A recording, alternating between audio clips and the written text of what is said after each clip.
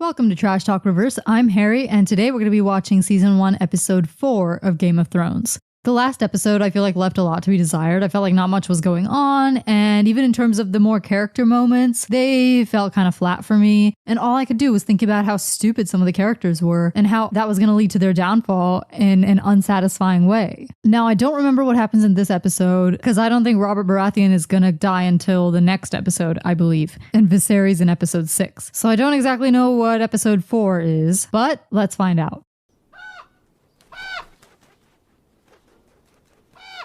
Alright, this is the episode where Bran has the dreams about the Raven. If I was cooped up all day with no one but this old bat for company, I'd go mad. How rude. But Rob's Lord of Winterfell, which means I do what he says and you do what I say. Theon's character was also kind of a nothing kind of character, if I remember correctly. He had his arrogance and his betrayal, and he got tortured, and then he sacrificed himself uselessly to the Night King. The end. The right horse and saddle, even a cripple can ride. I'm not a cripple. Then I'm not a dwarf. My father will rejoice to hear it. Tyrion's a great character. Too bad he's like the only one. Everyone knows Tyrion is not like the other Lannisters. People know he's treated like trash because he's a dwarf, right? So for them to think that Tyrion is in league with his siblings, I mean, I guess it's not too far-fetched, because you don't want to be easily trusting everyone, right? Even if they are doing nice things. You've done my brother a kindness. The city of Winterfell is yours. The master doesn't seem to like Lannisters. He's not my master. The lady's whereabouts. Lady, your loyalty to your captors is touching. Now here you are, your enemy's squire. Careful. I understand caution is important when dealing with people like this, but there has to have been some major miscommunication, because there's no way Catelyn is so stupid. Catelyn sees an enemy in him anyway just because of some clues Littlefinger planted. I know that it would be stupid to not consider Tyrion a threat just because he has proven himself to not be like the other Lannisters, though I guess he's proven that more to Jon Snow and to Robb Stark than to Catelyn. But she really jumped the gun, didn't she? And I know there's this whole thing about, oh, mothers can be emotional when it comes to their kids getting hurt, right? That's how they depict Cersei in some parts of the show as well. Like, they can't think logically when their kids are involved. I guess I'll have a better handle on that once I finally get to the scene where Tyrion gets captured by Catelyn, because right now, I just can't wrap my head around why she would even do such a thing. That automatically makes her an enemy of the Lannisters. That conversation, that sort of pokes at this idea that Theon should maybe be feeling a bit bitter about his circumstances, even though 2 episodes ago he was telling Robb, you know, I'll be behind you no matter what. I guess since I don't remember that much of his arc, it'll be interesting to see what drives him to betraying Robb and if it could have been prevented. Please, no more. Dang, he didn't even try. Looks like the bastard's in love. You wish to defend your lady love. Oh, because it's so gay to defend the underdog. Now they'll think we're cowards too. Too stupid to be a coward. You're too stupid to be a... Quick now, before summer's over. I really did not like that scene. It felt like forced camaraderie. You know what I mean? Like, it didn't feel natural. It just felt like, oh, we're going to try to make it look like these guys are going to bond and become found family. But it didn't really feel like that. It just felt weird. These are my people now. You shouldn't call them savages. I'll call them what I like because they're my people. It's a nice sentiment for Dany to be like, don't call them savages, they're my people. But they're still depicted in a way that makes it seem like people of color are less wise and more savage than their Western counterparts because of what we saw in the first episode. The Dothraki have never crossed the narrow sea. But if they did, King Robert is fool enough to meet them in open battle. When the Dothraki did cross the sea, they got wiped out by the White Walkers, so that was all for nothing. and they can kill anyone that tries to hurt them. Boring. And I've seen a pirate. What the hell is the point of this scene? No, last one died many years before I was born. Their skulls. They used to decorate the throne room in the Red Keep. They got bigger. It might have been more interesting to have this part of the conversation around Dany and Jorah and the gang. What happened to the skulls? Why does she care? Oh, because we need some reason for him to be talking about the dragons in the first place. What did I buy you for? To make me sad? Well, go on then, get on with it. That was weird as hell. What if I only have girls? Then you would be the envy of Mrs. Weasley. And everyone would hate me. Nobody could ever hate you. I do. Joffrey does. She's concerned about the fact that she thinks Joffrey hates her. You should be hating him for what he did. I don't want to speak to my father. You will find it in your heart to forgive your father. Forgive him for what? It's your fault. The King's Tournament. They still haven't had the damn tournament. I know people like to talk about how Ned Stark was the main character and it was shocking to kill off the main character, but he's barely in these episodes. How did y'all think he was the main character? He's part of an ensemble cast. He is simply a POV character. Dany has more scenes than him, I'm pretty sure. And Jon and Tyrion, or at least that's what it feels like. The way people talk about him, you'd think that he'd be dominating the screen for at least 50% or more, but he has the same number of scenes as everyone else, or fewer, per episode. Oh, you came inquiring after a book. I'd like to read it. And you're quite certain he died of a natural illness? Why would you say that? Poison. Don't say that. Don't tell him that. This feels so out of character. There is no way that Ned would reveal that much of his internal thoughts to this guy. Ned should have kept his mouth shut about the poison thing. You know you can't trust the Lannisters, and you just got here. How do you know that you can trust anybody else here? On the morning of my 18th name day, my father came to me. You're not worthy of my land and title. You're going to take the black. If you do not, then we'll have a hunt. I know this is supposed to be this intense moment, this emotional moment, but I literally do not care. This is so boring.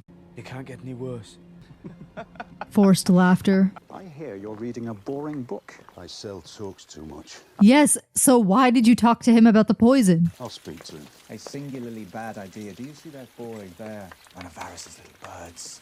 That one belongs to the Queen. And do you see that scepter? She's one of mine. Is there someone in your service whom you trust completely? Don't tell him. Yes. No. The wiser answer was no. Yes. Distrusting me was the wisest thing you've done since you climbed off your horse. Littlefinger may be playing Ned, but he has also given him the exact tools he needs to know not to trust him. He literally said, don't trust me. He literally said, Varys has this spy, the Queen has this spy, and I have this spy. Therefore, putting himself in the same category as people you can't trust because they're constantly spying on everyone for their own gain. Just because Littlefinger's giving you this information does not make him suddenly trustworthy. And if you didn't trust him to begin with, and you just told him that you have a man you can trust, you just screwed yourself, because now when you send that man to go question the one dude, Littlefinger's gonna know who is that one guy that you trust. I feel like it's not in character for Ned to have revealed that. There's no telling who has eyes where. Let them look. Ned just had a scene where he saw that there's 3 separate people who have spies all over this city. And now he's like, let them look. Dude, you can't be serious. If Jon Arryn was investigating X, Y, and Z and got killed for doing so, according to your and Catelyn's and Lisa Arryn's theory, why are you now here in front of everyone also investigating X, Y, Z out in the open? Like, use your head, dude. Even though Littlefinger's helping you in this quest, do not give these strangers the information you have. You know better. Look at me. Ned should have talked to this dude privately, because that other dude could go talking to anybody. You don't know who belongs to who. Can I leave this with you? No, why would you do that? Are you not thinking? Him and Ned have been going on these secret missions, and now he's like, hey, Jaime Lannister, somebody who my boss suspects. Can I leave this super top secret message with you? Like, what is wrong with you? What is wrong with these people? Why are y'all just trusting everybody and their moms? And you can't even say that it's part of their character, because they've established that these characters know not to trust the Lannisters or anyone else. They know that what they're doing is dangerous. They know that what Jon Arryn was doing was dangerous, and yet he goes and tries to give this message to Jaime anyway. He's lucky that Jaime said no. I'm not going to hurt him in the training yard anymore. He's our brother now, and we're going to protect him. I feel like Jon's character flipped so suddenly in the last couple episodes. No one touches Sam. Like, where did that come from? Jon has never been that kind of guy before. He's just suddenly this leader. And the fact that this weird new leader Jon hasn't been earned because it was a sudden switch rather than actual development makes him even more annoying. What is wrong with this dude? You do not command me. I wasn't. I just wanted to invite you to supper. Stop dragging rags. You're going to dress me now. Please. But this stinks of manure. All of it. You next I want to braid my hair. You've no right to a braid. You've won no victories yet. Get his ass. Do not talk back to me. I'm dead. She ducked before he hit her. Get him. He's so annoying. I am a Khaleesi of the Dothraki. I am the wife of the great Khal, and I carry his son inside me. The next time you raise a hand to me will be the last time you have hands. Get his ass. See, this is what character development looks like. Dany learning to stand up to Viserys because of what she's been experiencing these past few episodes. Jon trying to stand up to Alistair or basically go against him or whatever and trying to be this leader just out of nowhere just doesn't fit because we haven't seen that growth to make him into this character. He was annoying in the first episode. He was annoying in the second episode, and then Tyrion kind of set him straight a bit. And then he was suddenly this leader dude. Didn't know where to put it? I know where to put it. What colour hair? Red. This conversation feels like it's progressing very unnaturally. Like you asked what color hair out of nowhere. But I couldn't do it, because all I could think was, what if I got her pregnant? So, you didn't know where to put it?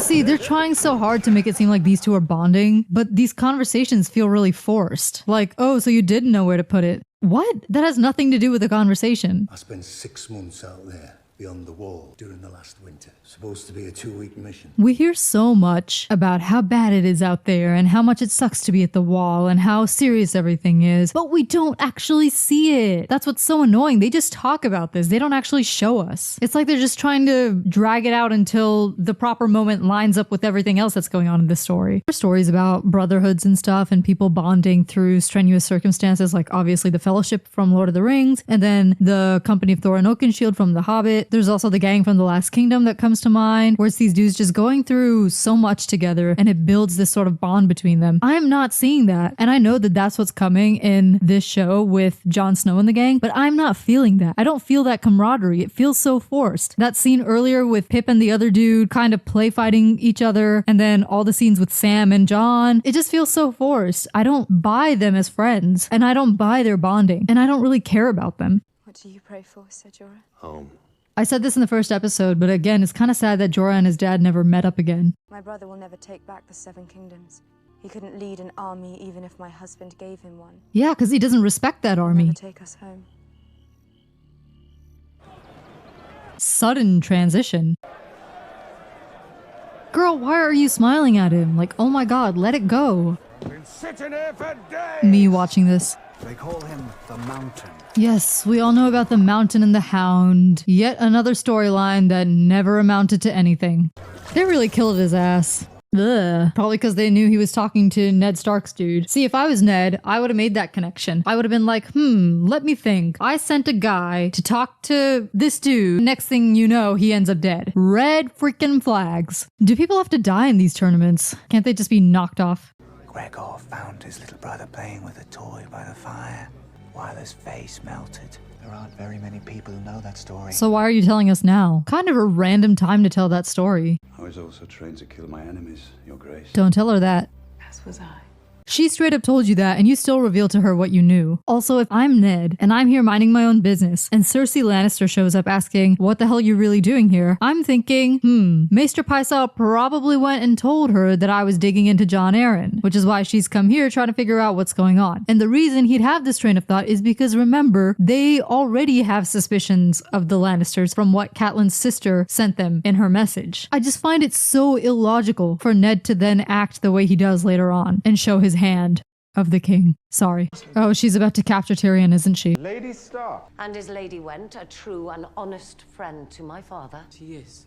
The Red Stallion was always a welcome sight at Riverrun. My father counts Jonas Bracken amongst his oldest and most loyal bannermen. Our lord is honored by his trust. I know your sigil as well. The Twin Towers of Frey. This would have been much more powerful if she was capturing someone who was not Tyrion, because he is not the culprit. It would have been such a powerful moment if she was doing all this and she captured someone who actually was a threat. Instead, this just makes her look dumb. All this effort, utilizing her resources to come after someone she has no proof of. In the name of King Robert and the good lords you serve, I call upon you to seize him and help me return him to Winterfell to await the king's justice. If I'm Catelyn Stark, and I've been told by Littlefinger that this dagger that was used to try to kill my son belongs to Tyrion Lannister, I'm thinking I need more proof. I know maybe from her point of view, it looks like a good idea to capture Tyrion, because otherwise what if he gets away? But he doesn't know that you're onto him, right? So if I'm Catelyn, I'm thinking, okay, if I need to capture Tyrion, he's gonna be at King's Landing. Like, she really just jumped into this without even thinking. And let's not forget, she found a long strand of blonde hair on the tower. So from her point of view, yes, it's possible that all the Lannisters are in on it together. But if I'm her, I'm thinking that that long blonde hair can only belong to Cersei Lannister. Not Jaime, not Tyrion. So capturing Tyrion like that, not only capturing him without proof and on the word of a man you haven't seen in years, but also in a public way, knowing that it's going to get back to the other Lannisters who are definitely more dangerous. They're not alone on the road with no companions apart from one dude from the wall. Knowing that your husband and your daughters Lannisters are currently at the place where these other Lannisters are, surrounded by people they can't trust, in the same place she was afraid to send Ned in the first place because of that note from her sister saying the Lannisters poisoned Jon Arryn. Like, can you stop and think for 2 seconds why this might be a bad idea to capture Tyrion right now? Even if you think you're not going to get another opportunity, even if you're surrounded by people who are on your side. Like, y'all just don't be thinking. That really bothers me. Because look, I know human beings aren't the most rational all the time, but when I'm watching a story and I see stuff that can be easily avoided if they spent 2 seconds using their brains, it just irritates me so much because it feels like the author is just trying to force things in order to catalyst something else. Especially when things go badly for the characters, all I can think about is this could have been avoided if you took 2 seconds to use your brain. It also pissed me off how Ned acted in this episode, because you know better. I know you know better, because you have so far established that your character knows better. And now suddenly you're giving away your internal thoughts to all these people that you do not know if you can trust. You've been here 2 seconds. The reason you came is because you knew Jon Arryn was surrounded by people he couldn't trust. You've been told that the Lannisters can't be trusted. You show up here, the first thing you do is tell Maester Pycelle that you think that Jon Arryn might have been poisoned. Then you tell Littlefinger this is the dude you trust the most. Then you go and speak to the dude that Littlefinger told you to talk to in front of the blacksmith master in broad daylight. Like, was there no way around this? I guess he wouldn't have known about Gendry if Littlefinger hadn't told him where Jon Arryn was going. But then we have the scene with Cersei where once again, she told him that she's been taught to kill her enemies, just like he has, and he doesn't remember for 1 second that this lady might have been responsible for the near death of his 10-year-old son, which Catelyn came all this way to tell Ned about, because she found the golden hair that could only belong to Cersei. Again, I know hindsight is 20/20, but come on. There is no way that y'all screwed up like this, except because the writer said so. It's just frustrating when you see a story play out like this because of the character's own stupidity, rather than any logical course of action. Daenerys' arc is the only one making sense right now. And Jon's arc, I mean, we're told that he's this one thing and then he's this other thing without seeing any development from that first thing to the next thing. So when people say that season 1 of Game of Thrones was the best, and then season 4, and then 2 and 3, and then it went downhill after 4, and now I'm watching this thinking, you know what? No, season 1 wasn't good either. Now, the other thing in this episode I want to talk about is the tournament scene. Really kind of pointless. We have Littlefinger latching onto Sansa, we have Sansa desperate to get Joffrey's attention, and we randomly have them throw in this story about the Hound in the Mountain, just out of nowhere. Nobody prompting it. Like a lot of the times in this show, when information is given to us, it doesn't feel relevant to what's going on in that scene. It just comes about in an unnatural or forced way. Now, if I'm not mistaken, next episode is the one where Robert Baratheon goes on the hunt and ends up dying. Or it might be episode 7, I can't remember. But either way, I guess we'll see what happens and what Ned does to react to the situation around him, and if it's as stupid as he was in this episode. This has been Trash Talk Reverse, and I'll see you in the next one.